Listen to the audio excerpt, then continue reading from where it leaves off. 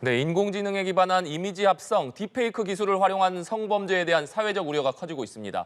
어제는 국회 여가위가 긴급 현안 질의를 열었고 정치권에선 관련 법안들 발의도 잇따르고 있습니다. 오늘 이 시간에는 국회 기획재정위원회 위원이고 국회 여가위 위원장을 맡고 계신 국민의힘 이인선 의원과 함께 얘기 나눠보겠습니다. 어서 오십시오. 네, 안녕하세요. 네. 예. 의원님, 여가위 위원장 맡고 계신데 네. 요새 딥페이크 문제 상당히 심각한 상황 속에 어제 대응책 논의하기 위한 현안 질의가 긴급으로 좀 진행이 됐습니다. 저도 지켜봤었는데 네. 각 부처들이 어제 이제 대응책을 내놓지 않았습니까? 네. 위원장으로서 좀 어떻게 평가하십니까? 예, 어제는 이제 그 대응책 마련을 위해서 각 관련된 부처의 네. 이제 관계자들이 다 모였습니다. 그래서 이제 거기에서는 한 두 가지 정도가 문제가 나온 것 같습니다. 첫 번째는 아무래도 이제 피해자 보호 체계를 어떻게 강화할 것인가, 피해자들이 이제 그런 영상물에 대해서 네. 어떻게 삭제하고 이거 어떻게 대응할 건가, 어떻게 보호할 건가가 하나의 문제였고요. 두 번째는 아무래도 가해자에 대한 엄중한 처벌과 또 그리고 일어나기 전에 우리가 예방할 수 네. 있는 그런 예방 교육 관련돼서 이게 두 가지 정도가 아무래도 문제를 가지고 현안 질의를 했던 것 같습니다. 네, 예. 아무래도 딥페이크 성범죄가 심각한 상황이기 때문에 예방을 할 수 있다면 가장 좋은 일이 될 텐데 네. 지금 사회적 문제로 심각한 상황임에도 불구하고 정부의 컨트롤 타워가 부재한 것 아니냐 이런 지적도 있습니다. 또 여성가족부 장관 자리도 여전히 공석이다 보니까 이런 네. 우려가 좀 나오는 것 같은데 그 부분에 대해서는 어떻게 생각하십니까? 네, 그 여성가족부 장관이 지금 아직 임명이 네. 되기 전입니다만은 그래도 이런 딥페이크 문제는 결국은 국무조정실에서 역할을 맡아서 조정해 줘야 되는 게 있습니다. 왜냐하면 관련된 부처가 교육부, 과기부, 또 뭐 경찰청, 국방부 모든 부처가 여기 와 있기 때문에 컨트롤 타워 역할을 국무조정실에서 하게 돼 있기 네. 때문에 이러한 문제는 아마 빈틈이 없이 잘 해나갈 것 같습니다. 네, 전 세계에 유포되고 있는 딥페이크 성범죄 피해자 절반 이상이 한국인이다 이런 보도도 나왔습니다. 그렇기 때문에 정말 우리나라가 시급하게 대응책이라든지 규제 방안을 마련해야 될 것 같은데 예. 현재 여기에 대응하기 위해서 어떤 점들이 좀 시급하다 이렇게 보십니까? 우선에는 이제 우리나라가 굉장히 지금 취약하잖아요. 왜냐하면 우리가 IT 강국에다가 지금 앱을 쉽게 탑재를 할 수 네. 있고 또 그 이렇게 통신망을 사용하는데 가격이 굉장히 삽니다. 그러다 보니까 쉽게 만들어지고 이걸 유포할 수 네. 있고 그런 것들 때문에 이제 어려움이 있는데 이게 결국은 뭐 전 세계에서 가장 취약하다고 지금 엄청난 보고를 했었습니다. 네. 근데 이제 이런 이제 인공지능 기술 때문에 유포가 된다면 인공지능 기술을 활용한 탑지 기술을 개발해서 빨리 발견해서 없애는 네. 쪽으로 이제 가야 되는 게 하나가 있고요. 그다음에 법적으로 규제를 지금 이제 강화를 해야 되는데 법적인 규제는 사실은 가해자 처벌 강화인데 우리나라가 그동안 이런 유에서는 네. 2020년에 그 N번방 있을 때 우리 좀 더 집중적으로 했어야 되는데 그동안 좀 손을 놓고 있으면서 굉장히 이게 확산이 된 것 같습니다. 그래서 이러한 문제는 그 뭐 국제적인 부다페스트 협약을 좀 더 빨리 할 수 있도록 하는 방법 하나 또 이제 텔레그램 CEO로부터 이제 어저께 협조하겠다는 네. 이제 메일을 받았습니다만 그동안 협조가 되지 않았었습니다.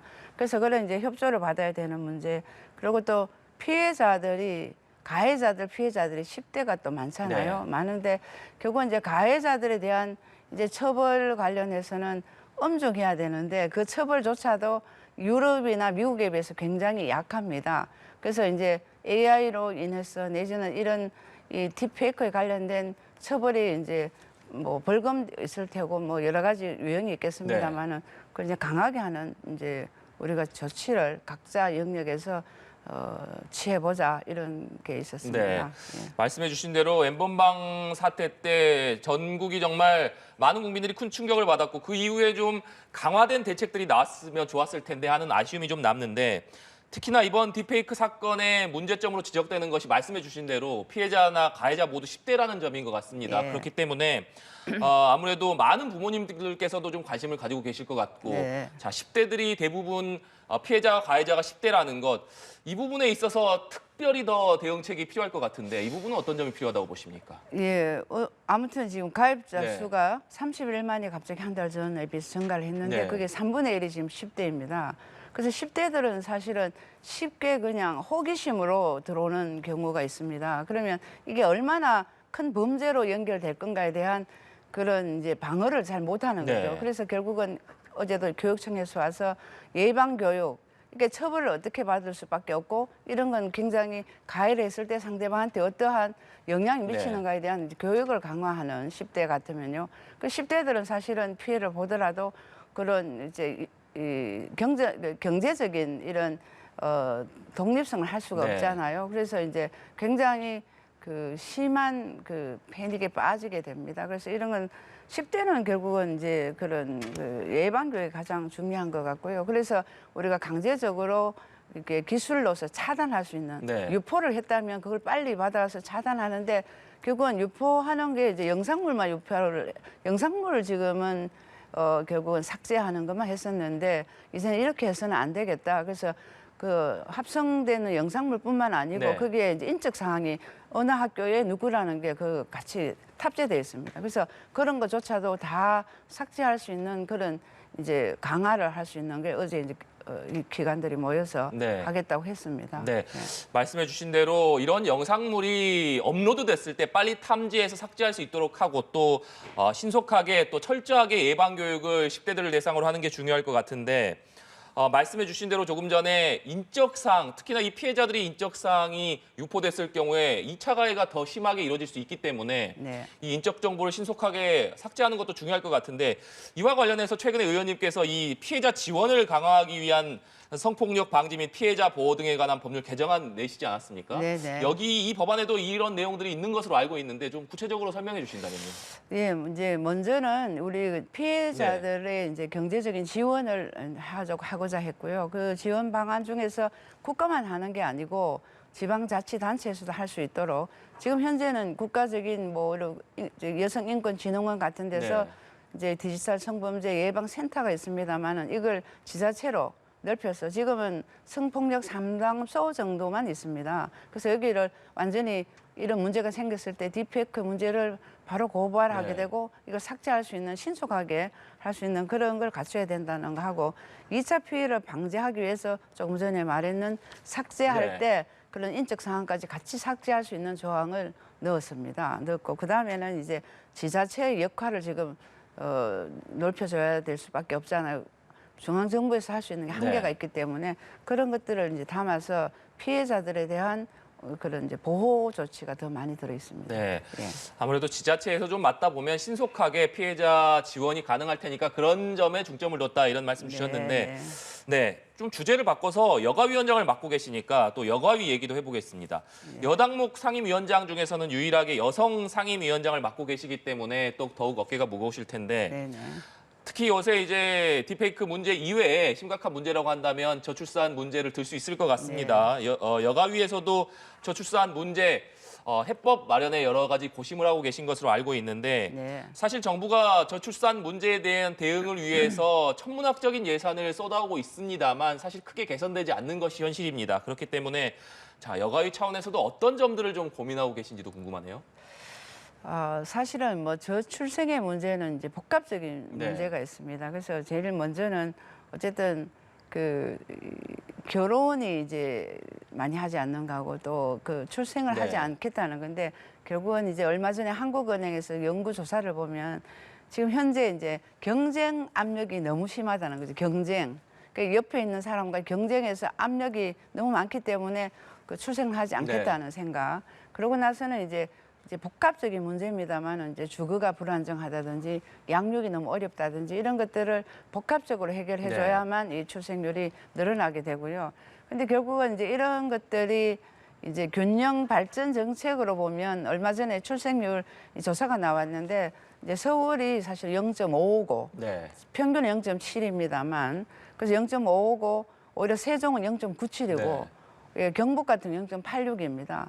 그렇게 이렇게 이제 출생률이 달라지는 거는 결국은 이렇게 주거가 안정이 되고 살만하면은 결국은 출생률이 높아진다고 보면 이제 균형 발전적인 측면에서 기업도 좀 옮기고 이렇게 이제 주거 할 수 있는 걸 지역에다 좀 이렇게 넓혀야 된다는 그런 부분이 하나 있고요. 조금 전에 말씀 주셨습니다만 그 16년 동안 사실은 저출생에 관련해서 한 280조 정도가 네. 돈이 들어갔습니다.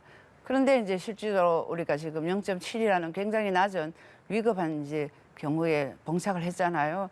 그래서 이제 이런 것들을 다시 해결하기 위해서 얼마 전에는 이제 종합적인 컨트롤 타워가 필요하다. 네. 실제로 저출생에 돈이 들어간지 안 들어간지는 모르지만 명목상 그렇습니다.